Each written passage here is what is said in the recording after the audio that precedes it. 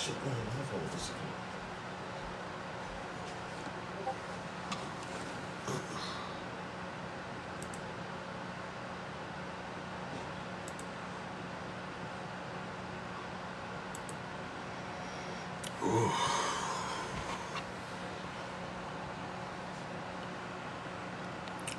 Good morning.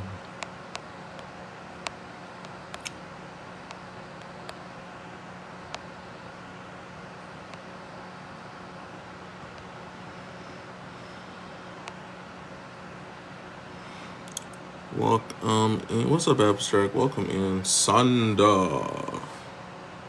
What's going on? Abstract, welcome in. Sanda. What's going on?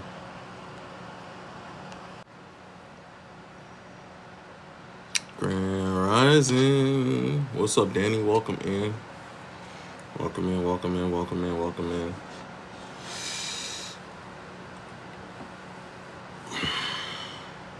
You heading to work? You gonna make that money, make that money. Don't work too hard though. Don't work too hard. You need a vacation, man.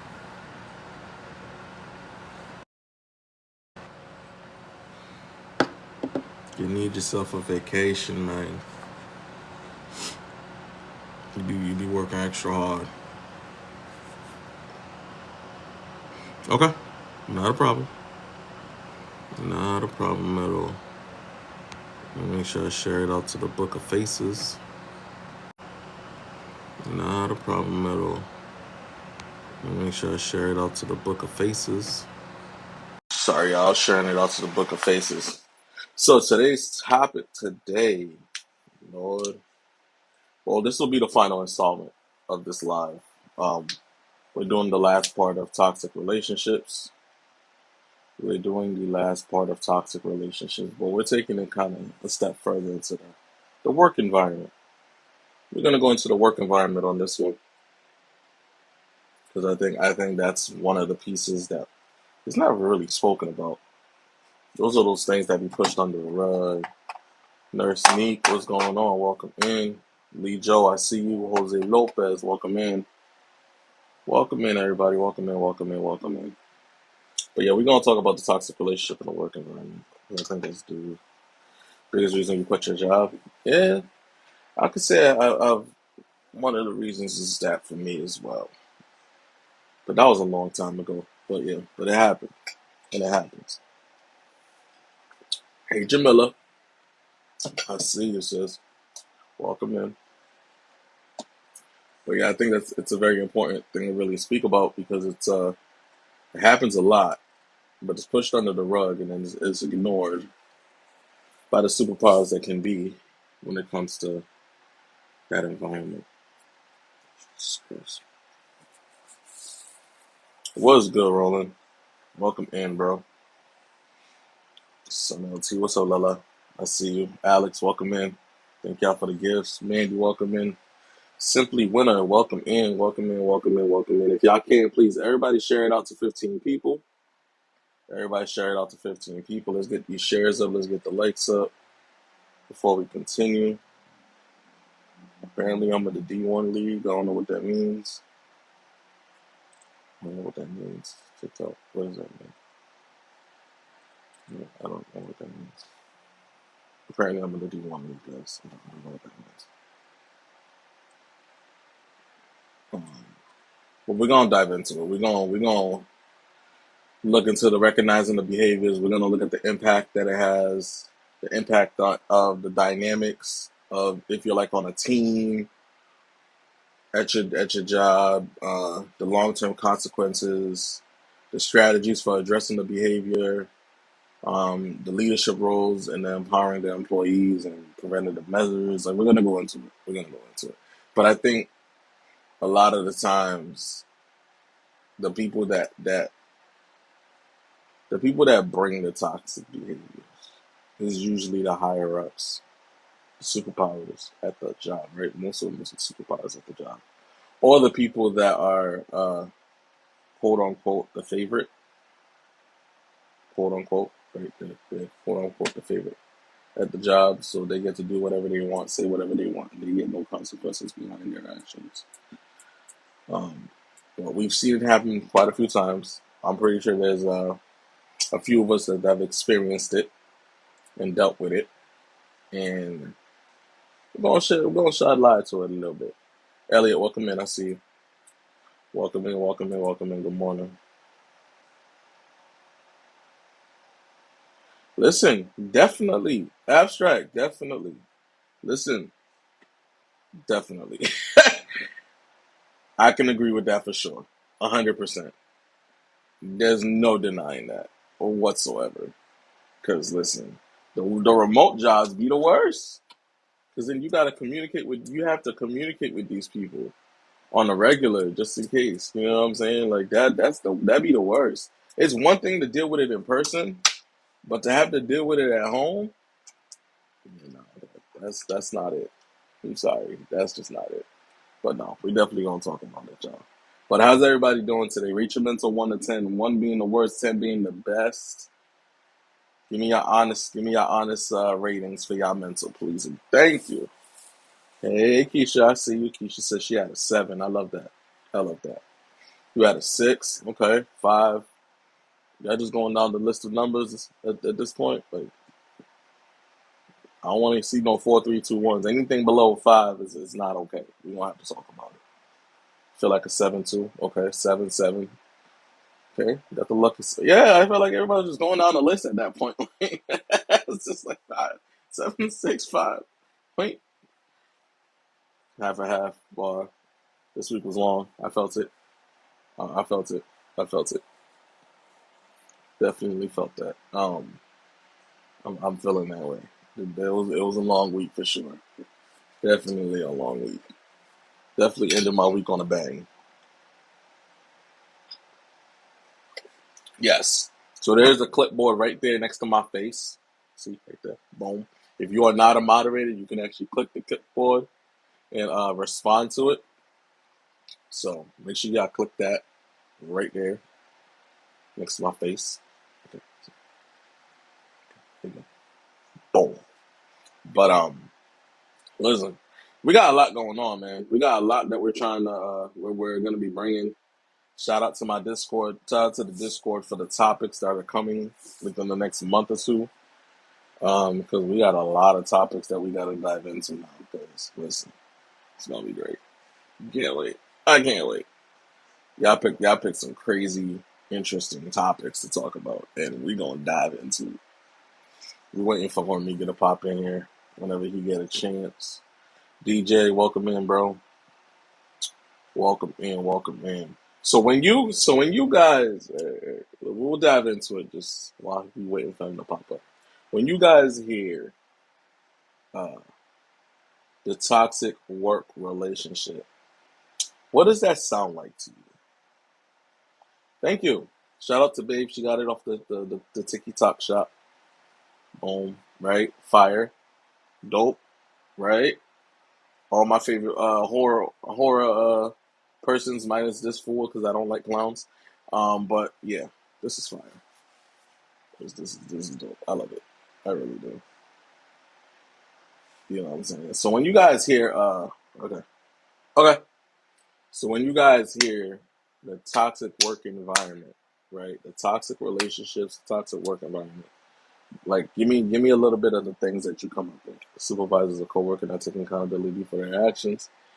Yeah, yeah, definitely, 100%.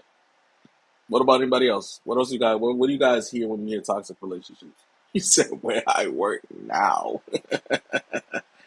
Passive aggressive behavior, absolutely, absolutely. That is real and that is true. And for people that don't know what passive aggressive, oh, poor management. Oh man, this is gonna be a good live.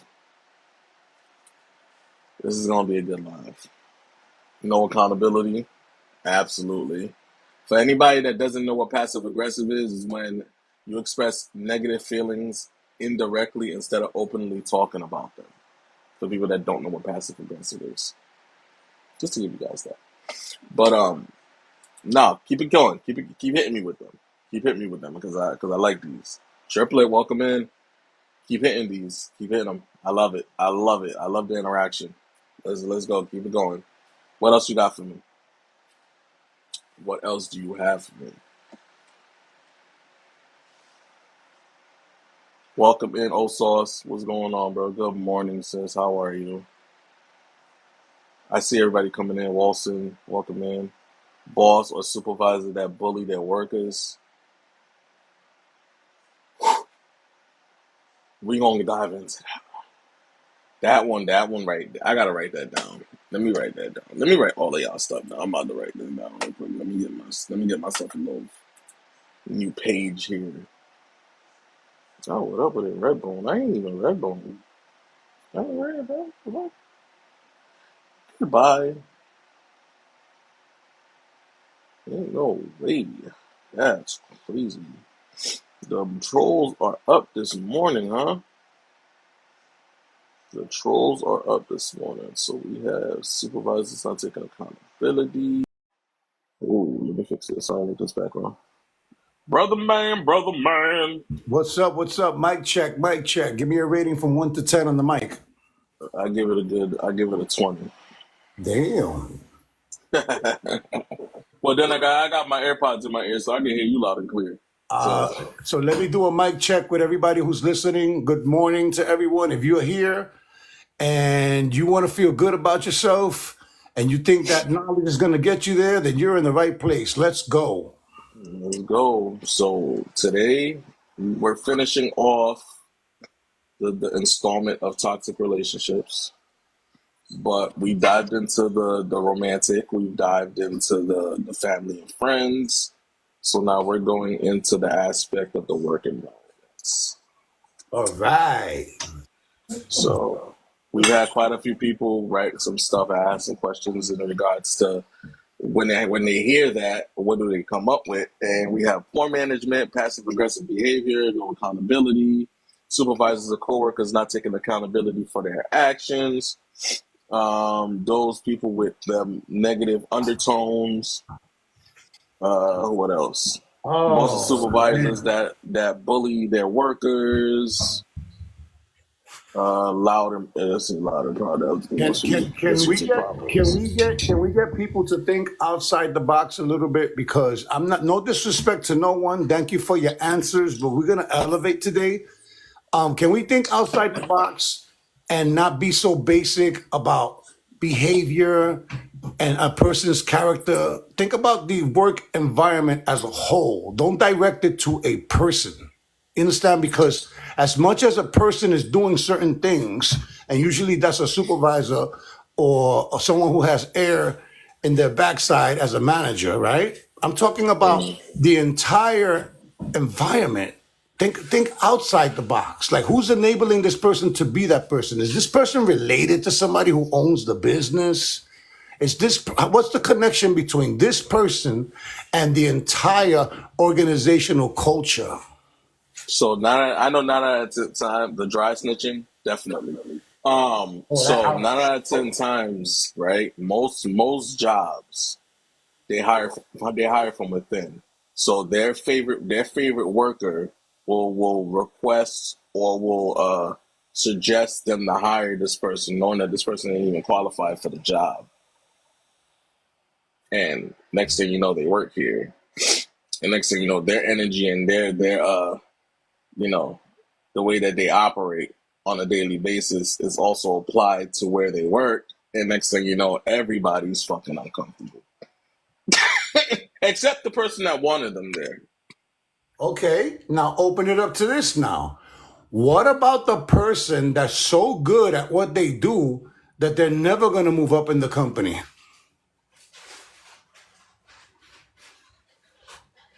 That's just them being comfortable. I'm just saying, no, I'm talking about your skills are so good. You're the go to in that skill set, especially manual labor.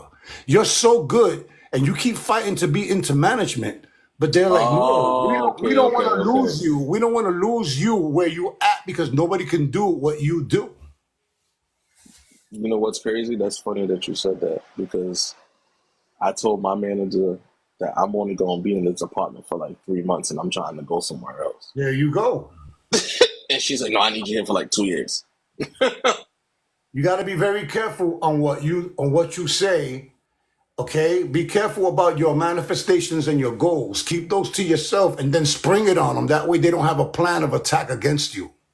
Right. So there's a lot that goes into it, right? There's a lot that goes into that. So we got in regards to not being able to grow within the company, right?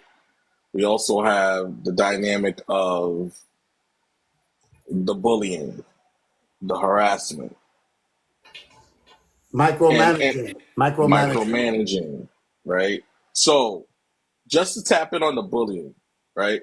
A lot of people think the bullying is just the physical or just the just being the aggressive nature, right? It could be people whispering about you. You know what I'm saying? Like, oh yeah, I seen this person doing this. I don't like this fucking person. I don't fucking like her. You know what I'm saying? She thinks that she's a shit. He think that he's a shit.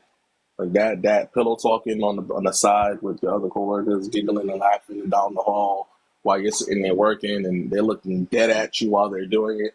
You know what I'm saying? Like little things like that can also play a part in the toxic behavior at a work environment. You know what I'm saying? A manager trying to use the quid pro quo. I think that's what it's called. That's Is that correct. what it's right? They Yep. try to use that to undermine you and try to make you do things that you don't want to do. There's a lot that goes into that. Honestly, the toxic relationship in the work environment is the worst out of the three for me. Yeah, because Uh, you don't really want to be there to begin with. right. I think it's the worst out of the three for me. The romantic relationship, cool. The family and the friends, all right. We dived into it, but the work environment, first of all, that shit can fuck with your mental, Hmm. right? It can definitely fuck with your physical because it's like you're uncomfortable. Your body's tense when every time you walk into your job. If you walk into your job and you immediately feel uncomfortable, there's no reason for you to be there. You shouldn't have to be there. At that point, look for another job. Look for another job because that you are that uncomfortable that your body feels tense, your energy's off the second you walk into that office. Like really think about that though. You know what I'm saying? A lot of times we just try to stick it out because the money's good. It's paying all the bills. It's good. It's good as far as location wise. You know what I'm saying? Like you want to sit there because the location is perfect. It's right next to my house. I don't gotta drive that far. I ain't gotta do nothing. It's 5 minutes down the road, so I can deal with it. You know what I'm saying? They're paying me good. My bills are paid, but yet on a daily, you're feeling uncomfortable at work. Boss throwing passes at you. You know what I'm saying? Your main boss throwing passes, supervisors throwing passes at you for the ladies, right? You know what I'm saying? The women not liking you for no reason, giving you attitude, doing extra shit just to get you uneasy and uncomfortable. Like y'all can stop me when I'm wrong. Stop me when I'm wrong. Stop me when I'm not on point. Oh But man, what I will tell you, and for everybody listening, this is a good time to share the live. This is a good time to start tapping the screen, and it's not for our benefit. I think that a lot of people need to hear what's going on. So keep the comments going, share the live, tap the screen. I will let you know this. HR is one of my specialties, and that's just why I left the corporate culture, is because of the problems with human resources. They treat us like slaves instead of human resources. You know what I'm saying? They think that you see, here's the thing. This starts all the way in school, right? When you're in school, and someone told me something that really punched me in my face, right? Which is the A students get hired by the B and C students. The A students are the experts, right? And the B and C students are the owners of the company because they can't do what you do, but they're smart enough to hire you. And then on top of that, somebody has to work the factories. Somebody has to put the sneakers together. Somebody has to do the stitching. Somebody has to do the manual labor, right? Facts. So then they don't want everybody to be a manager or a supervisor. They want people to be able to facilitate their real intentions, because all that corporate culture shit. And I used to go around to businesses and I used to read their corporate culture and their mission statements. And my job was to actually figure out how far they veered off from their original intent. Because the Right. company starts a certain way, but down the line, they get comfortable too. And they start treating people like objects instead of human beings. And here's the biggest myth of them all: when you feel that you're so good that you're not expendable, that is the biggest mistake and mentality that you could have if you don't think that they could rid of your ass in a heartbeat, regardless of who you are and what you say. A lot of people are like that. A lot of people are like that. There's a lot of people that get so comfortable because you're good at what you do and you're picking up OT and you're staying when they want you to stay, and you know what I'm saying? So you think that you're untouchable because you do everything that they ask you. Look at what Sweetie said. They'll have your job posted before they let you go. And when you ask somebody, be like, yo, isn't that my job? You be like, yeah, we're trying something new.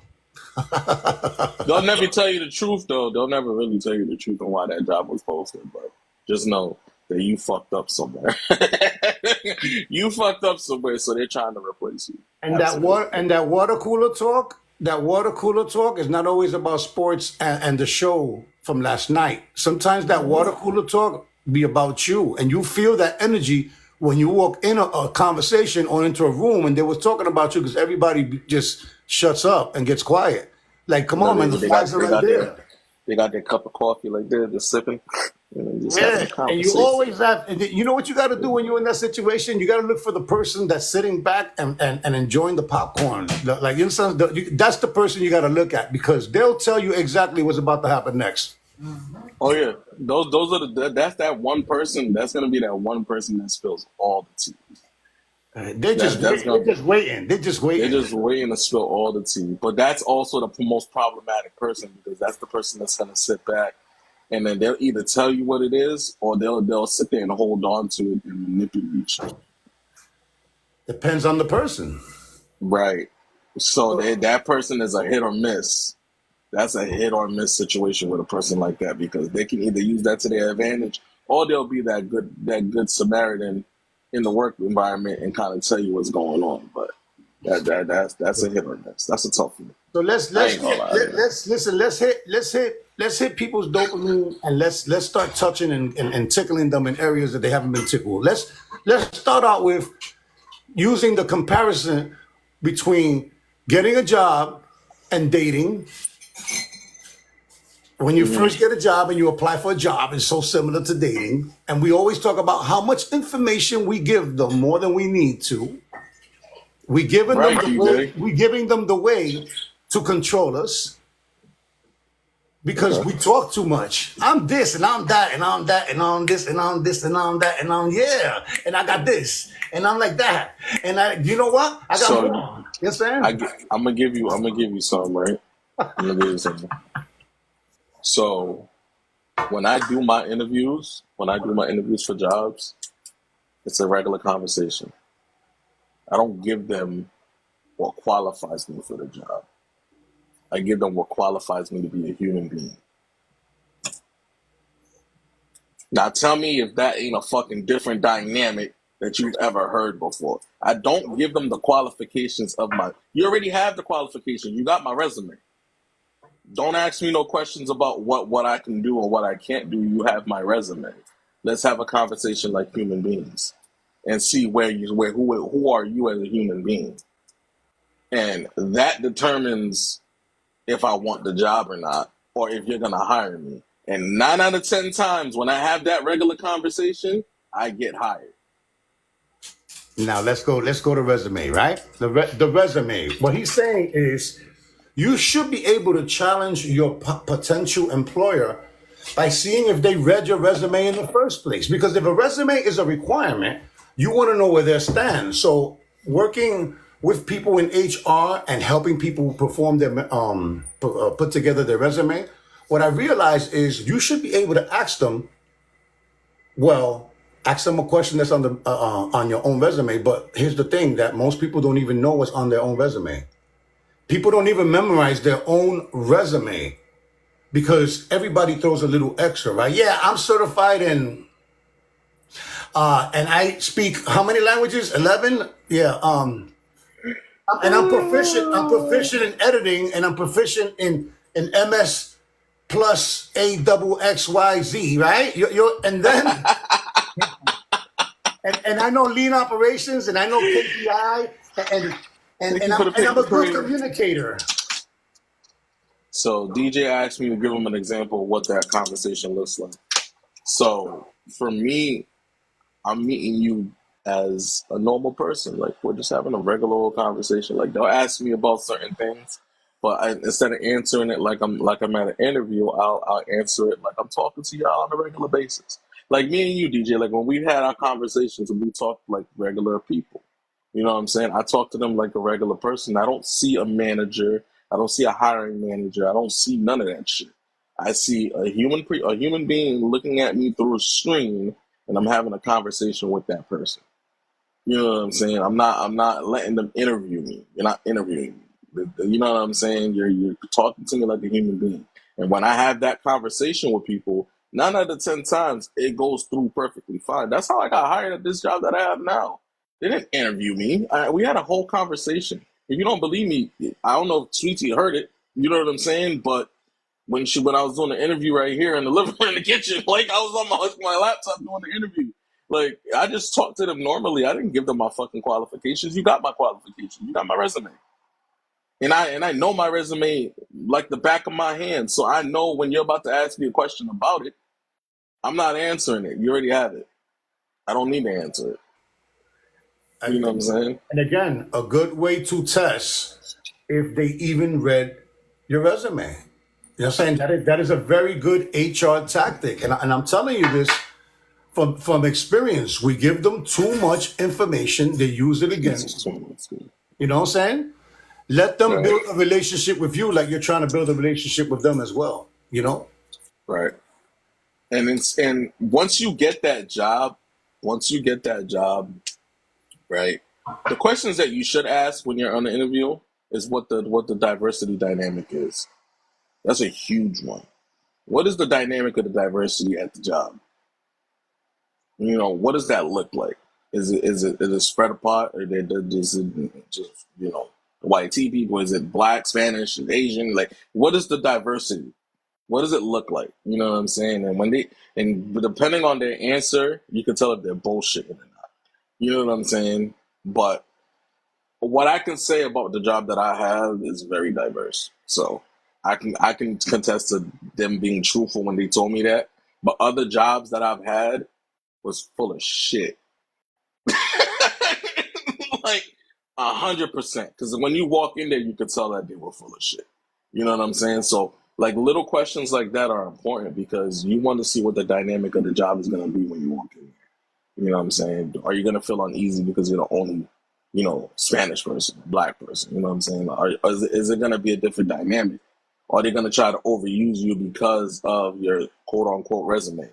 You know what I'm saying? Like you got to ask these questions to see where it is because you don't want to be the only person qualified for the job, but they hired one within, and next thing you know, you're the only person doing that job. You know what I'm saying? Like it's a lot. Like it's a lot. And then when you get to that point where you're comfortable at the job, you're doing what you're supposed to do. You're taking care of things that you need to take care of, right? And you start to notice the behaviors in the office. For my call center people, for my call center people, okay, y'all can contest to this.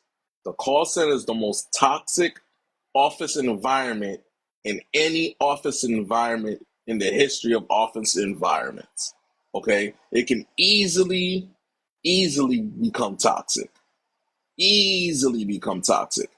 You know what I'm saying? And it goes further than just management. Because 9 out of 10 times in a call center, every single manager works there. From the CEO to the under the CEO, to the hiring manager, to the man, like they all work in the same building. You know what I'm saying? So it's just like if something's happening in the call center, they know about it. They're just not doing anything about it. Like, you know what I'm saying? Like they know about it. Anything that goes on in the call center, I promise you, they know about it. They're just not doing anything about it. So if somebody's having, they're in odds and they're arguing and fighting about certain shit, and you know what I'm saying, the pettiness and the childness, the child behaviors is happening in the call center, then yeah, that's that. You know what I'm saying? Listen, do yourself the favor. Do yourself the favor, everybody that's Good listening. morning. Get a pen and paper. This is a pen and paper moment because also you have to eliminate the fact that when you're looking for a job, the position that you're in financially and mentally has a lot to do with it, because are you getting a job out of desperation? It's different from already having a job and looking to do better, as opposed to I need a job because I'm in survival mode and I'm falling to the confines and I don't want to go to the streets. That's good. That's good. Pen and paper. That's good. That is a good question. You know what? Let's ask that question. I'm glad that you opened it. Let's ask that question. How many people recently or in the past has looked for a job out of pure desperation? I need a job. Like, in other And words, I'll be the first one to tell you I have done that more times than I can count. You know why? Because I used to work for this warehouse called GoPuff. I hated the job. I know I don't use the word hate. I can dislike the word. you But said when I'm telling Puff. You said go yeah, Puff. No Diddy, yeah, right? No Diddy. no doubt. Okay. I hated the job with a passion, but it paid what needed to be paid for the time being, right? Not only did was the job terrible, but I worked overnight.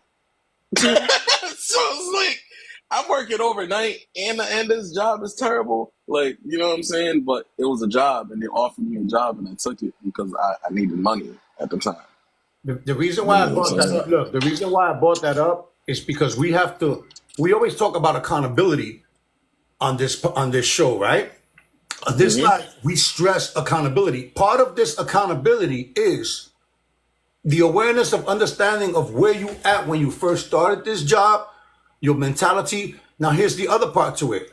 It starts when you apply, then get the interview, if you're lucky to get that, and then working your way through the interview and now selling yourself.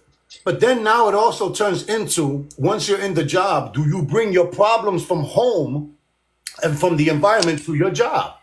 In other words, this is what I'm That's saying. huge. Before we so That's quick to huge. come up here and agree and point fingers at the supervisors and the work people, right? Look at yourself and ask yourself, how did I start this job? Am I in desperation? Do I bring my problems from the outside to the inside of this facility, right? How much am I contributing to the way that they look at me as a person not high in value? Are you dramatic? Are you always talking shit behind people's backs? Are you always in the conversation when somebody's talking shit about somebody else? That's a good one. That's Where a good are one. you? Where are you with this? What role are you playing to the demise of your own advance in your job? That's a good one. Like, are you in the bullshit? Are you one of those folks that be in the bullshit that you enjoy the toxicity? What about the You know people what I'm that saying? bust? What about the people that bust their ass, but another person is Hey getting Marie, paid the same or even more for not doing shit? the call center is a big. Listen, I'm gonna refer back to the call center because that's all I know. Okay, I worked in call centers for the That's good last enough. That's good 15 enough. years That's of good my enough. life. Let me tell you how bad it can get at a call center for people that's never worked at a call center. How bad it gets. Okay. I've watched I used to work for dispatch for AAA. I worked for dispatch for AAA. And I've watched people come in from like 10, they work from 10 to 8 10 to 9, something like that, right? Overnight.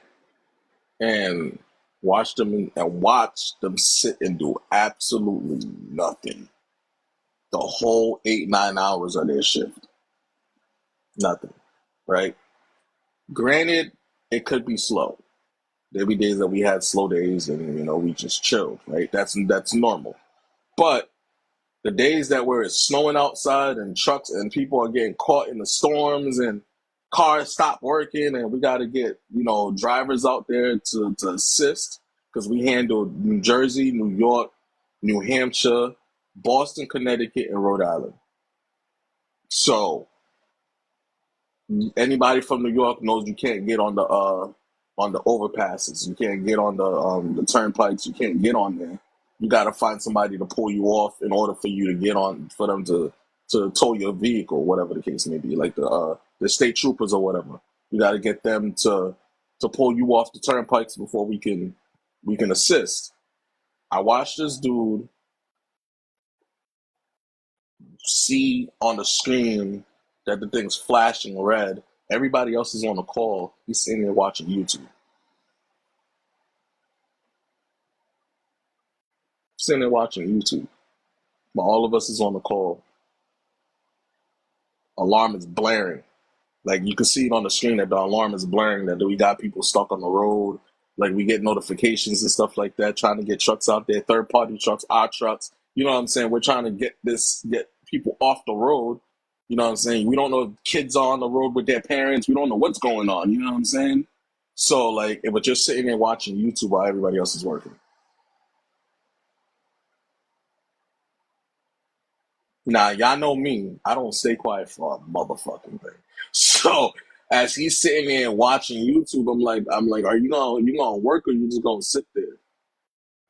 I put the customer on mute, and I was like, are you gonna work or you gonna just sit there? Because everybody else is working. Like if you're not gonna work, you might as well go home.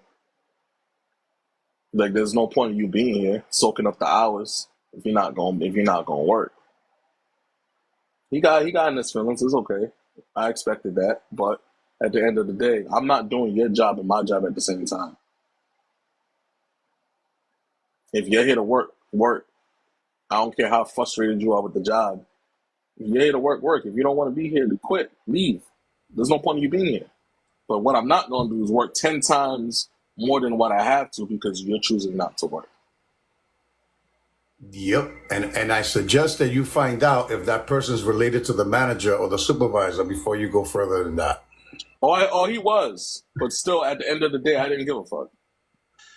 Yeah, you see, that's You know what I'm saying? the whole point is if you're an outspoken person such as yourself, you understand you have already an outcome. You have an intention when you speak, right? Some people just speak just to speak, right? Because they feel they have to say something, but what comes out of their mouth, it doesn't really do the job. So it's better to get to the point. That's my point. It's better to get to the point. And because if you're feeling a certain type of way and somebody's bothering you or annoying you, don't wait until it gets to the point where it's going to come out like diarrhea. You know what I'm saying? Like nip it in the Right. bud. After a couple of times of somebody trying you, saying something to you, doing something that makes you uncomfortable. Because I'm going to be honest with you, the people that work in HR, what they're doing is looking for comfort zones. Like now that everybody's working from home, right?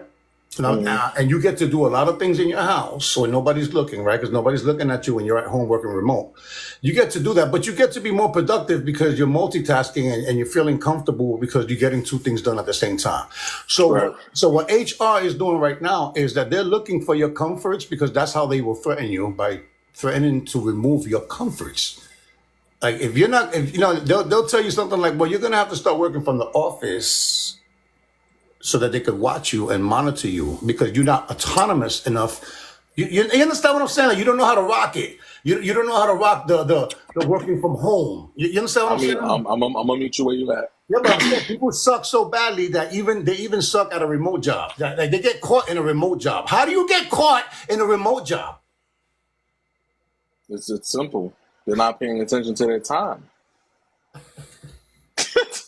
It's really that simple. It's really not that hard to figure out why they're getting caught, right? Because like you said, at the office they can micromanage you. They can pay attention to what you're doing on a daily basis, right? When they're in the office. So a lot of people don't like being micromanaged. So when they're in the office, they just do what the fuck they need to do because they don't like being micromanaged. You get what I'm saying? So, but when you're at home, like you said, you're comfortable. You're able to do A, B, C, D, E, F, G, H, I, J, K, L, M, N, O, P because you're remote. So you think that they're not watching you. Just know if you got a camera on your laptop and your screen is on, you're being watched. That's one. That's just Right? one. No, but a lot of people don't know that, so I'm giving them that piece. If your screen is on, if they provided you a work laptop, right? They put everything and anything on there to make sure that they are managing you from your home. Don't think that they're not watching. They are watching. I promise you, they're watching. Let's go. You know what I'm saying? I'm excited. I'm excited. Let's go to number two. Number two is that if you used your laptop or their laptop or even your PC, and this is for all you IT fanatics, when you log into their system, you're basically giving them permission sometimes to look at everything that's inside your computer because you're in an intranet system. Right. Not an internet system, an intranet. Intranet. Yeah, internet. So an intranet, for everybody that don't know what an intranet system is a system that company created solely for their company. And they pay for it, a lot of money for it. So anything if you log into their VPN, if you log into all that stuff, they have access to see everything that you're doing. Your phone calls and emails are all monitored because they're all part of the system. They're monitoring how many calls you make, how long you stay. They have your voice recorded, everything. They got everything that they need to use against you. So, and people act like, oh, that wasn't me. So, and it goes further than that, but the toxic relationship in the work environment just doesn't fall on the managers. It falls on the workers too. You know what I'm saying? It falls on the workers too. It falls on the ones that abuse their jobs and not do what they're supposed to do when they're working from home. I know people personally that don't do their job when they're working from home. Like they'll take maybe like 1 or 2 calls or 3 calls at a time, right? And not assist with the call that the way they're supposed to. They'll find a way to kind of, push the responsibility on somebody else, like so that way they can continue to do what they're doing. Like, and that's why I didn't want people to get the wrong idea, thinking they're gonna come into this live and be like, yeah, it's the manager's fault, the supervisor. No. What role are you playing in creating a barrier not for you to accelerate? Like where are you in life? When you're doing that self-reflection, you got to ask yourself, am I bringing my problems to the job? Am I being a drama king or a drama queen? Am I in the wrong circles inside of this workforce? Am I talking to the right people? What crowd am I hanging out with? Because that crowd usually has a reputation. So I'm gonna let you have that because I do want to dive into a serious problem in the workplace, right? And this is the office and stuff like that, and that's the role of managers abusing their power. Oh, I love it. I love it. So now we're not talking about them having you stay extra hours or things of that nature. I'm talking about a little further than that. How much further? The physical aspect of it. Oh, big time infraction and easy lawsuit if it can be proven. That part. So I know for a fact that it happens because I've seen it happen quite a few times. Oh, loose. The goose is loose. Yeah, people are very loose. They're very loose. I've seen it happen a few times. I see them try to abuse their power. I see them trying to provide quote unquote promotions if you do said thing for them or this for them or that for them. This is 2024. Is that still happening? Oh yeah, absolutely. Will it ever stop? Will it ever stop? No. Because we got people that like abuse. They like having power. They like having that energy. You know what I'm saying? They like having that position to be able to control. They never That's had control in their life before, so that's their the life was word. probably That's the the word. most people that have control like that or control issues like that didn't have control when they were growing up. They didn't have that. They So didn't what? have that energy. They didn't. They were very much so bullied You when they you when you they were you growing up. you sound like you're talking about the neighborhood police officer that comes from the suburbs and doesn't understand where they placed him at geographically. Like his assignment ends up being in one of the worst hoods. This person never been in the hood one step of his life. They're Yeah. very similar. I want people to resonate the different analogies that are going to be said here because it's going to come full circle. I promise you. I love human resource talk. This is awesome. So I wanna. She said I call it bonus incentives. Yeah, no, yeah, yeah. They want to call it bonus. Yeah, that's true. They definitely want to call it bonus incentive. I want everybody to really pay attention to that because you got the same way you put boundaries and standards up on your everyday basis. You got to have them at work too. Okay, you got to have them at work too. You can't be afraid to report it when it happens. Just you got to be morally okay with reporting because at the end of the day, I know we try to ignore it because they pay me really good and the money's great and what I'm saying they promised me a promotion.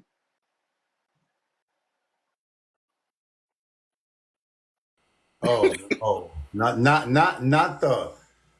Let me shut you up by telling you that you're gonna get promoted one of these days. Not one of those. Right? You know what I'm saying? No, they promised me a promotion. They promised me this. They promised me a bonus on my check. They promised me all this stuff, right? He said they would fix my check, man. Why does it take them 2 weeks to fix a error on their behalf? I don't know. I never understood it. I thought it was weird. It's called control. You know what I mean? Now Right. let me share something with everybody. For those that have watched the stick figure cartoons that are shown all over social media, her name is Veronica. I One of love my it. favorite You videos of you always series sending of. to me that shit, yo. Let me tell you something about Veronica. For those that don't know, when you get a chance, not now, stay here with us, right? Do that later. Type in Veronica, the stick figure cartoon, talk about HR practices and abuse of power by the managers, and then the whole bilingual thing, and then the whole Myra, welcome in. calling you when you're at home and calling you when you're on vacation. Listen, this is what I'm gonna say about her. She's gonna get you hype if you haven't seen her before, right? But here's the thing: don't go right ahead and start mimicking Veronica because you will get fired for that. You understand what I'm saying? Even though that is the right I thing got you. to do, it's not the right thing to do at the time because you can't be impulsive. You have to have a game plan before you do something. Veronica's code comes from the hip. I'm just letting you know that not everybody has that gift of gab where they have that classy, Good sassy. morning. You understand what I'm saying? Everybody thinks that they're really good Morning, with it Rash. or quick with it, right? Everybody thinks that they're Right. quick with it. No, you're not quick with it. There's somebody out there that's faster than you are and can beat you to the punch. So don't get into that type of confrontation. Have a game plan. Listen to Veronica and what she says just so you can understand how things should be. I'm not saying that that's the way it is. That's the way things should be. But be careful Veronica because will you, teach you, you. you will get the chopping block for some of the things that she says. That's what I'm going to leave it right there. Veronica is ratchet as fuck. But she gives you honestly she gives you some good tools. She gives you some good tools. It's not something that you should utilize right away. So I don't recommend it whatsoever. But Veronica's ratchet is all fuck. And, and, Okay, and, it's like and if you notice, she's always chilling. yeah, It's always something that comes to her. Think about this. Conflict resolution is a very important skill, just like emotional intelligence is, because you yeah, can't be, listen, if you like to be sarcastic or quick witted or play puns on words, you can't have lack of emotional intelligence because emotional intelligence is what's going to keep you in a very smooth, sarcastic, they're like, wow, you're really nice with right. the words. Why? Because you kept your head. You wasn't coming in hot. Don, welcome in. Swana, welcome in. Yo, it's crazy though, cause Yo, Think about that. Veronica, You come in hot. Veronica will teach you a lot, yo. It's crazy. I'm gonna post it in the Discord for you guys. I got you. I'm gonna post it in Yeah. the Discord for you guys. She's no But joke. She's no joke. she ain't no joke, yo. Like that's crazy that you brought that up because I was thinking about that the other day. Like, I was thinking about that. But no, Veronica will definitely teach you some things, man. Like what I'm telling you, and she'll probably boost your confidence like times 10 if you work at an office. Cause listen, the way that the word no is heavily on her vocabulary. The word no, she uses that word like she takes a shower. Okay, like she uses it heavily. Like it's crazy. But it's true though. When you know you're on vacation, you're off, and you know you don't want to go to work. You know what I'm saying? You don't have to go to work. And your manager calls your phone. You know what you need to ask that manager? How many people called out?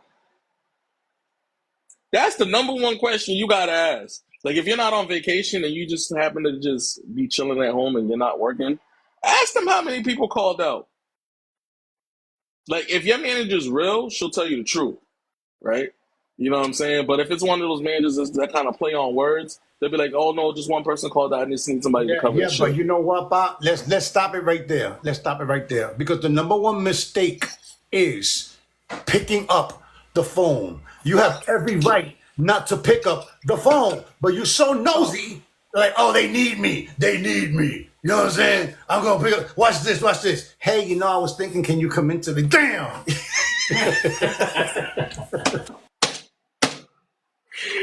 Yo, that's They facts got though. me. Teddy, they That's got me, Teddy. I gotta go into facts. work, Teddy. They got me. Yo. And then you get that text message from one of your friends at work. I'm like, and these motherfuckers called me in. Oh, word? They called you in? Are you coming in? No, I am not coming in. Did they call you too? Yeah, they called me. They called me, but I told them I'm not coming in. Like, nah, bro, but I need that money. You sure do. If you said you was coming in, you must have needed that money. You bring it now. You bring it full circle. Hold on, If hold on. It gets worse. It gets worse. It gets it gets worse. Midway through the shift, you get that text message. Man, these motherfuckers in here. Let me tell you, bro. Like, yo, there wasn't just one person that called out. There was like 5 people called out. They needed so many people. now instead of working for $30 an hour, you're working for $7 an hour times five, doing five people's work. That is why. And then they're like, man, how'd you know? How'd you know? How did you know? How did I know? You picked up the phone. What's up, Dapper? Welcome in. You know what's crazy? You know what's even funnier? Yeah. I'm glad that somebody brought that up. When they ask you why you're working, can you stay? Uh, did you look at my schedule? Go look at my schedule and see what my end time is. What did my end time say? Oh, it said, okay. No, I'm not saying. Like, what made you think that was okay to ask me? Now, it's not saying that you don't have work ethics. You know what I'm saying? That's not that. That's setting your boundaries. There's a way. There's a way to approach someone when you need someone. Uh, There is a way, a tone of voice. There is a climate and a safe place that you have to create before you go to somebody and act like you're not really asking them. It's kind of a redundant question. You're really telling right. them. You know what I'm saying? You ever seen the tone of somebody's voice when it hurts them to even put it in question form when they're actually telling you and trying to control you? You ever seen that personality? That is wild. The one thing I like about my job, though, my job is Monday through Friday. So if somebody does call out, regardless of the fact, we still have to be here. Like you ain't got no choice but to be here. You either gonna be here, or you're not gonna be here. That's what I love about my job. It's Monday through Friday. We don't work weekends. So it's just like if you decide to call out, then you just lost money on your check. That's it. We still all gotta be here and work. That's the only thing I like about uniformed offices and companies.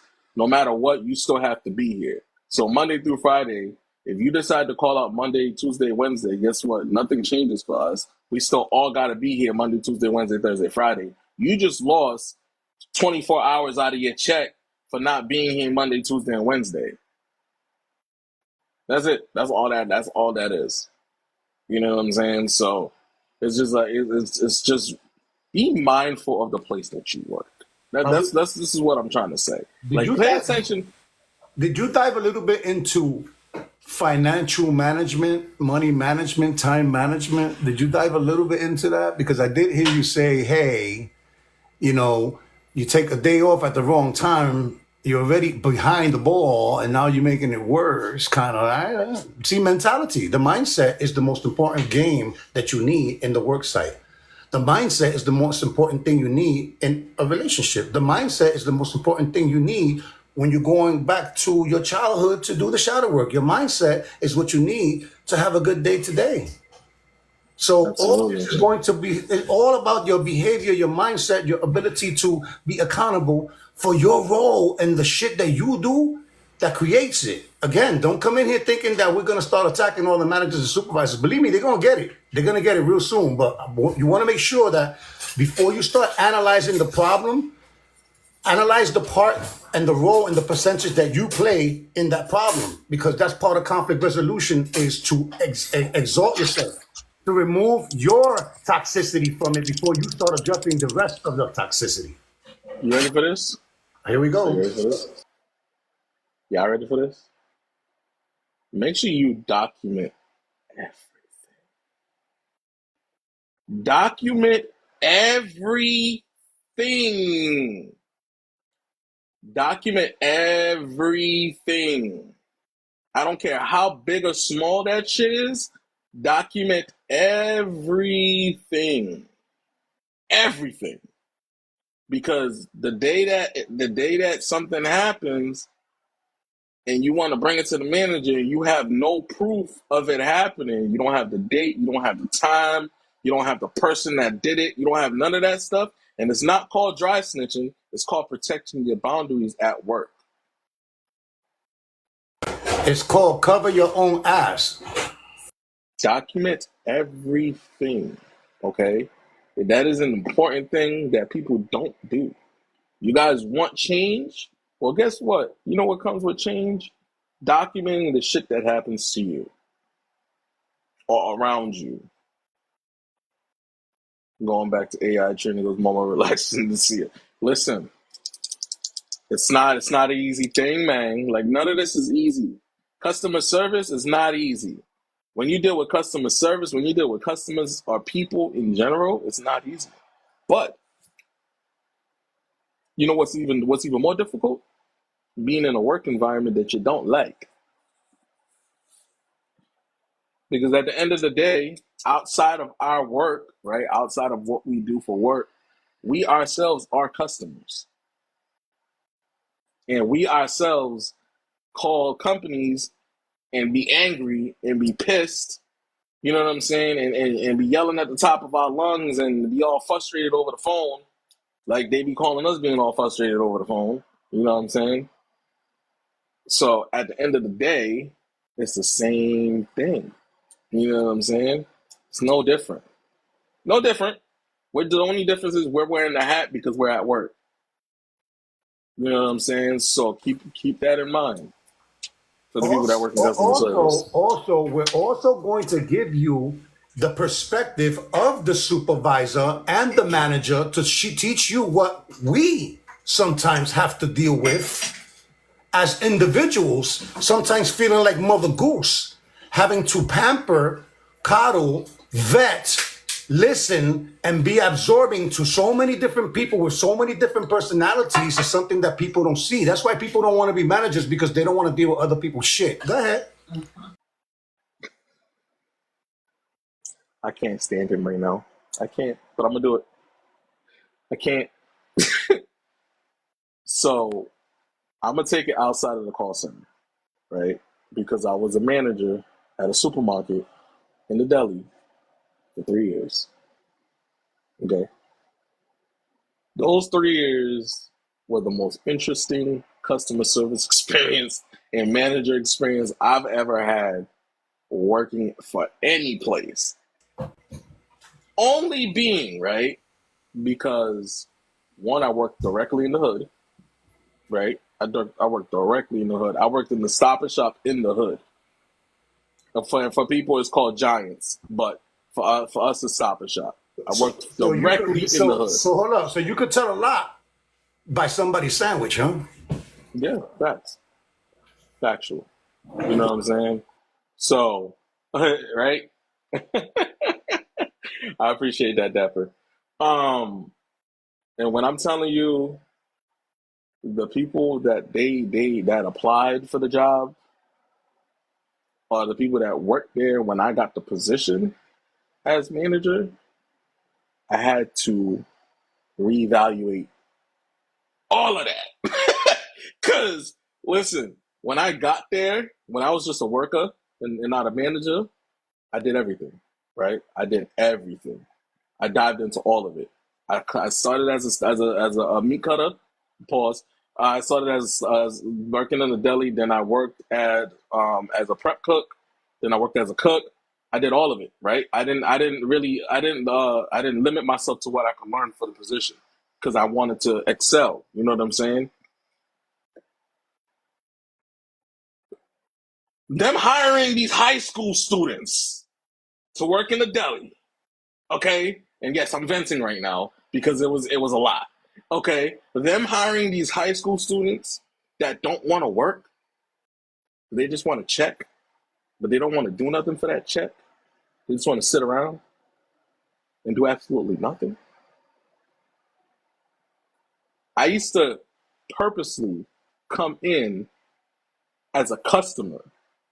They wouldn't recognize me because I would be all I would be different, right? I didn't look the same as a man when I got dressed as a manager. I would come in as a customer just to see how they handle the customers in the deli, and I would evaluate it, and then I would bring it to them the next day.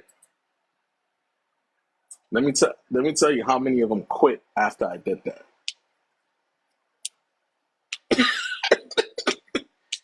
About six of them quit after I did that. So how much did that saying that mama says, if you want something done, you got to do it yourself. Oh, it went full circle in there. I tell you that. So for people that don't understand a term, it's called absenteeism. Absenteeism is when people actually show up. It's not them being absent and they don't show up. It's that they're there physically, but that's it. Mentally, they're not there. They're not doing nothing. They're occupying space. They're distracting other workers from working. They might even do things that you're not supposed to do constantly. If you notice that they're eager to get out of work so that they can get on their phone freely because they don't like the fact that you don't can't be on your phone when you're doing certain jobs. So, but also keep in mind with the job that I had was also a dangerous job because we had a stove and you had a fry later and an actual oven that got really fucking hot. So if you're not paying attention, you touch the oven, there you go, you got like third degree burn. You know what I'm saying? And then you had slicers that is as sharp as it could basically cut through skin, cut through bone. You know what I'm saying? So if you're not paying attention to what you're doing, you could lose a finger. You know what I'm saying? So it's just like with them coming out of high school and applying for these jobs, like that's why they don't usually hire straight into the deli. They make you go work for different departments, like working in the front, working as a cart pusher, like you know what I'm saying, working for departments that don't require you to use heavy machinery Right. because Right. And because of things like this. Like you and, know what I'm saying? So in a job incident, when it comes to insurance, compensation, and things that go further, the first question they ask is who was the manager on duty? and Who was the immediate supervisor? and you know what's crazy? When I worked there, we didn't have a night supervisor. So I used to work. So there was a manager that came in from 8 to 5, right? They came in at 8 to 5, and then throughout the week I would work 12 to 9. So I would be there from the afternoon till basically around the time that you got to kind of close the prep cook area. You know what I'm saying? And then from there, that's when the workers would be there from like, I don't know, from 9 to 12. You know what I'm saying? Do like a 4 hour shift. They'll come in at 9 o'clock. The high school kids will come in at 9 o'clock and close out the shift. You know what I'm saying? So I would be there. I wouldn't be there physically because I got manager shit to do, paperwork and stocks and loads and all that stuff. But the camera's there, right? The camera's right above the deli, and then the office that I'm at is where all the cameras are, so I can see everything that's going on. You know what I'm saying? I can see everything that's going on. So it's just like I felt like I had to really, really, really dive into like being a father more than a manager. Like, you know what I'm saying? I was a parent more than I was a manager. Father Like, Goose. it was crazy, bro. Like, it was wild. And yes, Resh, they were mad, but you know what? They got over it. See, They got this over it. is this is what I'm trying to tell you, right? What I've learned is one of the most important aspects that gets overlooked in the workforce is the culture. The Welcome in, culture, Heather. the culture of the workforce, right? Of the place where you work at is very important, right? Very much Because so. because if there's too many subgroups, right? Like in other words, it's not really like a family, right? It's more like a subgroup where you have those three over there. Watch those three. They're always scheming. Those are the ops. That group over there, if you want to know anything about any show because they watch TV all day, that's the people to ask. And then you have the group over there. Those are the nerds. Those are the ones that you already know that they're gonna go up in this business. You understand how easy it is But to segregate, right? I'm gonna meet you where you at. And for the people that work in the supermarket field or worked at a store or anything like that, and they have different departments, you're gonna know what I'm talking about. Okay, so at Stop and Shop, we had the deli, we had the prep, we had deli, we had the meat department, we had bakery, we had the floral department, we had the back room, right? The people that do the loads and all that stuff, grocery department, and then you had the prepared foods. Okay, when I'm telling you, the people in the deli do not communicate with the people in the meat department at all. They don't. The people in the meat department stick to the people in the meat department. The people in the seafood department stick to the people in the seafood department. They do not go outside their realm for anything whatsoever. When I'm telling you it's the most toxic shit that I've ever seen in my life, like it's wild because when you look, for example, if I needed to go to the meat department to ask a question about a price because I have the customer in front of me and they needed to get something freshly cut and they didn't like what's in there, me personally would have to go back there and ask them if they have it and if they could cut it and what the price is, and they would be giving me a dirty look the whole time. Like, sir, you must not know that my hands are lethal. Don't play with me. Like, like, you know what I'm saying? Like, just do your job. Like, just do your job. Like, I'm asking you to do your job. That's all I'm asking you Be to do. careful. Extra careful with the dairy department. And let me ask you a question. As a manager, did you put Spanish people in the Goya section? No, no. Actually, the Spanish workers was my best workers every time. Well, It that never that failed. that can mean a lot of things. But anyway, you understand what I'm saying? Like No, even something as weird as that. Maybe putting someone who doesn't speak Spanish in a place to be like, why would you do that? Why? Because maybe they have interest and might want to learn something extra. Or do you put the right person that already knows the language that may? Chances are that there's always a Spanish section in big supermarkets, right? I think so. So for me, I made sure my line was diverse. I always made sure my line was diverse, right? I never hired multiple people that had the same language or nothing like that. I always made sure it was diverse. And I made sure when I did the schedule that I always had one of each because I lived in the hood. So this is diverse. So you have Spanish people, you have Haitian people, you have, African Americans, you have, you know what I'm saying? You got everybody coming into the supermarket. Some of them don't speak English.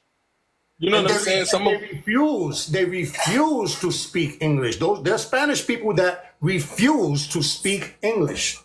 You know what I'm saying? So I had to make sure that if they did need help, I had somebody on the line that can assist. You know what I'm saying? I was that mindful as a manager. Like that's why when I said when I was leaving, I meant that I was leaving because I was like I was tired of being a manager there. You know what I'm saying? So it's like it goes a lot into it. Like there's a lot that dives into it. Depending on where you work, if you work in the office, it's 10 times worse when you work in the office as a manager because not only are you managing what you need to do on a daily basis, but you're managing a whole office in a whole call center. And training. Like So you know what I'm saying? Like it's a whole dynamic. Like you gotta. For me, I was just a deli. That's it. I managed a line of maybe 15 people that was on my schedule on an everyday basis. That was it, right? But to work in a call center or work in an office or work in a warehouse and manage a whole warehouse, can you imagine the dynamic of that? That what you have to do on a daily basis, you got to be there before everybody. You gotta, you know what I'm saying. You leave after everybody if you are one of those managers. it's a very demanding position, right? And what we're trying to do is give people different versions of this from different perspectives, from different eyes, from different levels of responsibilities, because a lot of people don't know what it goes into managing. And and there's a difference between being a leader and being a manager. We'll get into that later because that's a very significant difference. Now, we're not here defending the managers and the supervisors. We're calling everybody out, the good ones, the bad ones, what a good one looks like, what a bad one looks like, what a good worker looks like, what a bad worker looks like. And a lot of it has to do with reliability and the flexibility. So if you're a flexible person, you're going to bring more value to the table, whether you're a worker or a manager. That's number one.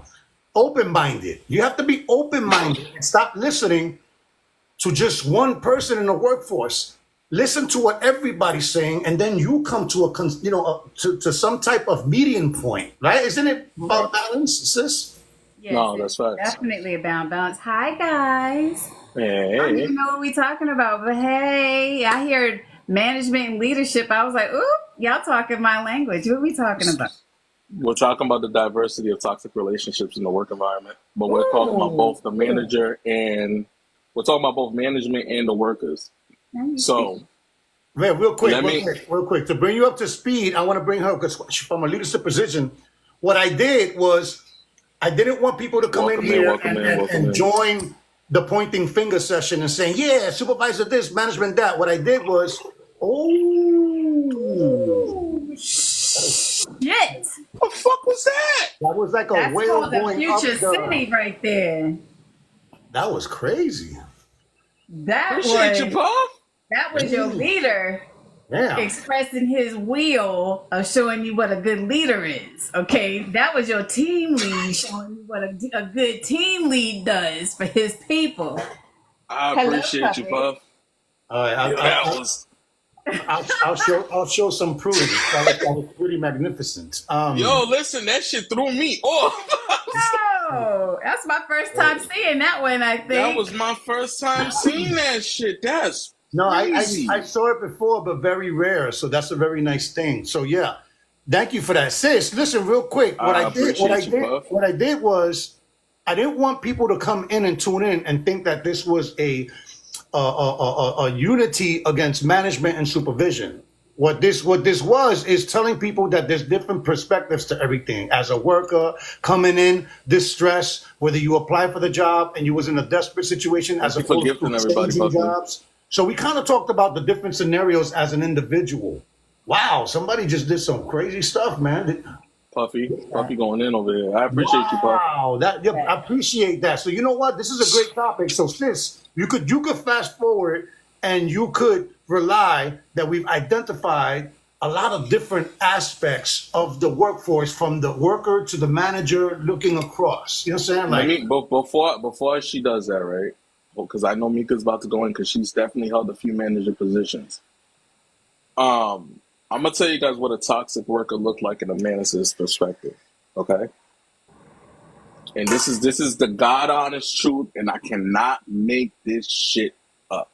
Okay, I came in. I came in at 8 o'clock in the morning, right? Because we had a managers meeting. So I came in at 8 o'clock in the morning, did the managers meeting, right? I wasn't on the schedule till 12. So I came in, did the managers meeting, whatever the case may be. So as I'm in the meeting, I get a text message from the manager that's downstairs talking about one of the kids just got fired. Like right off the bat, right? Let me tell you why he got fired. Because in the deli, in the prep food section, you can alter the prices of the food that you're tagging up, so that way you can go purchase it.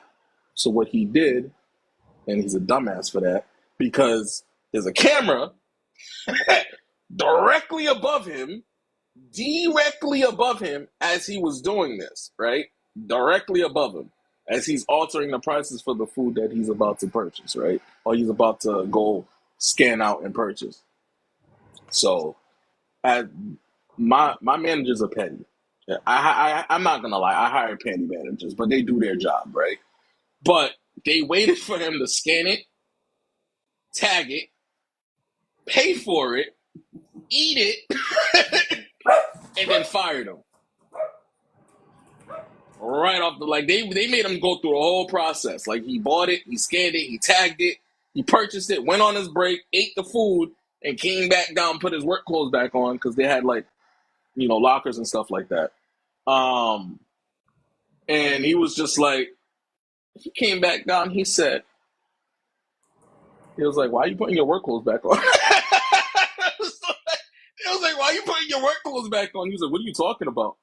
He was like, "You act like we didn't just see what you did. Like we could see all of it on the camera." He's like, "I don't know what you're talking about. I ain't do nothing." So they brought him upstairs. They brought him upstairs. Mind you, all the managers is having a managers meeting in the big room, so they can hear everything that's going on because these walls are thin as hell. So they're going back and forth, yelling at each other, whatever the case may be. And they brought him to the office where all the cameras are, right? And they showed him what he did. He was just stuck for words. So as they're showing it to him, I walk into the office and just I didn't really have much to say. I've been meaning to fire his ass anyway, but I just needed to find a reason to fire him. Like, you know what I'm saying? I couldn't, because we have unions, so I can't just fire him. You get what I'm saying? So there had to be a valid reason why he got fired. So it was just I walked into the office and I just looked at him. I said, "It was a matter of time, my guy." And I walked away. I was just because it's just at some point you got to take accountability for your bullshit. You know what I'm saying? I, as a manager, I tried my best to try to be as politically correct as possible, but I'm still from the hood. So it's at the end of the day, I still held a standard of you gotta get your shit together regardless of what you're going through in life. If you're at home and you go to work, keep your work life, keep your home life. Don't bring it to work. If you were that hungry and you knew that you didn't have the money, all you had to do is ask me, which people have had a few times. If you are hungry, I will pay for your food. You won't have to do none of that extra shit because I'm that type of manager. I will make sure that you're taken care of. If you are really that hungry and you didn't have the money to pay for your food, I would have got you. You know what I'm saying? But he made the decision to alter the prices on his own without any say, without didn't ask nobody, didn't do nothing like that, and he just did it on his own. And there's consequences to that. Not only were you the problem child of the deli, you know what I'm saying, but you made the conscious decision to alter the prices on your own. And there's consequences to your actions. So no, managers are not the only toxic ones and then lie about it. Like we didn't see you on camera. You know what I'm saying? So managers are not the only ones that are toxic in the environment. Most of them are the workers. And even seeing themselves on camera, sometimes they'll still say, "That wasn't me." Yeah. Yeah. Go ahead, me. So I'm gonna be completely transparent with you guys, like I always have been, like I always am. I have been a toxic manager. I have been a toxic employee. I have been an amazing manager. I've been an amazing employee. It was through my own actions that I learned how to be a better person. Um, I had a lot of imbalances going on as far as chemical imbalances were concerned, especially when I still had a menstrual cycle and I had a uterus. Hormones can do a lot of shit for a woman, especially when you don't know you have those imbalances. And I had PCOS, which is that polycystic ovarian syndrome, and it throws you off. So if you don't know, when a woman is on her period, she has more testosterone than anything during that time, right? So I was always a raging bitch. I had PMS, premenstrual, postmenstrual, and menstrual syndrome. Okay, so there was only a week out of the month that I was probably just a normal person. And I used to take my personal shit to work with me, and I would take it out on my employees. I didn't know how to decipher between the two, right? And then I would bring work home. So it made home a little bit miserable as well, because I didn't know how to put balance or put any type of boundaries up. I was emotionally just unstable at one point in time in my life. I've always had a leadership position. Then I ran into a manager who treated me like shit. And I busted my ass for this individual. I mean, completely busted my ass. And this person took credit for all of my work. This person showed me what type of leader I was in the past prior to becoming the employee under them. Some of the things. Now, I've never really been one to take credit for anybody else's stuff. But I have been one to be like, leave your shit at the door, but yet I was bringing my shit in. Hypocritical as a manager, you know, and really didn't really give my employees the respect that they deserve, you know, and that was me being young in that time. And these are positions that I had before I turned 27. After 27 is when I ran into this person. I've been working since I was 14, and I've always had a job in which I was always in a leadership role, right? So I was the lifeguard, I was head lifeguard. You know what I mean? But it was through all of that shit that I realized that I didn't need to treat people that way to get respect. All I had to do was treat people the way that I wanted to be treated and treat myself with respect. You know, I didn't have to be authoritative to get people to do stuff. All I had to do was ask and lead by example, right? All I had, and I learned, and I've learned even with this, you know, you guys have been on this journey with me for a minute with school. I have taken so many different management style assessments over the past couple of years for each different degree. And I just took an assessment, and I realized that as I evolve in life, my management style is evolving as well, and it's moving up. So no longer am I a transformative servant leader. I'm still that, but now I'm more charismatic. And I'm more of a person that is inspiring. I'm somebody who pours into my people. I'm that person that is, you know, this is what we're doing, and this is how we're running this business. We're going to do this together. I now value the input of the people that work with me. They don't work for me, they work with me. My mindset has changed from that young person that had this power trip, that was on this power trip because she had a title, to now I'm a CEO and owner of my own business that I created with a group of individuals. Right. You know what I mean? And now I have a network of so many people that work under my umbrella that now it's just like, you know what? I have to really respect me. I have to lead by example. Like I have to encompass who I am every day. So no longer am I just Tamika or Timika, right? I'm Elysium LBC 24/7, right? With the exception of those 2 hours when I take my meds. Then I'm a gobbler. Okay? Y'all already know. But I'm still who I am regardless. But it took me to have to go through all of these other things and have to be that person that got somebody literally took credit for everything that I did, to realize that I had done that shit to somebody else before, but in a different way. I didn't take credit for their work, but I treated them like shit to get the Hey, Aquarius. things that I wanted, the outcome that I wanted. But I learned through maturity, through trial and error, through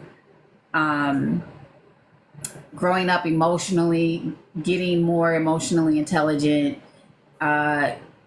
really becoming more spiritual, that you can get somebody to lead just by being you. You know, and they can follow you just because of who you are, as long as you give your mission and you let them know, hey, look, this is what I stand for. You on board or no? Right. You know, and when you give up that thing of trying to control things that you can't control, life becomes so much more simple, even from a management experience. You know what I mean? I've gone from managing people to leading. It's You such a know, big difference. there Such is. a big difference. Oh I my went God. from managing situations to leading, and I'd rather be a leader than a manager any day. You know what's crazy though? Um, Even working where I worked as a manager, they never made me feel like a manager, if that makes sense. I never felt like a manager working there. I felt more like a leader because it was my department, right? They didn't micromanage my department. They let me make all the decisions. The manager that they had before me would always ask questions. So she wanted to be micromanaged because she didn't feel confident enough to run the department the way that it needed to be ran. You know what I'm saying? I came in there gung ho, like, listen, I got this I want to change. Do we have the budget to change it? And when they told me yes, I made the decisions. I got things changed. I elevated the department that needed to be elevated. I changed equipment because the equipment was old. You know what I'm saying? Like little things that made big differences. They gave me the opportunity to lead in that situation, which I thought was amazing because a lot of places don't do that, right? A lot of people won't allow a manager to lead. They micromanage the manager because to them you're still a worker. You're not on salary. So you're still an hourly person. So we're micromanaging.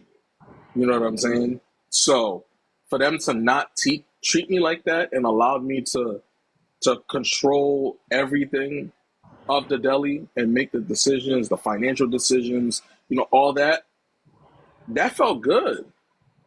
Because like Mika said, it's a whole different dynamic from managing to leading. When you're able to lead people and elevate people, while you're there, you're not just sitting there trying to manage them, but trying to teach them so that way they can grow and elevate. So that way they're not staying in the same mindset, same position, and treat them with love and not look at them as a title. It's a big difference. It's a huge difference.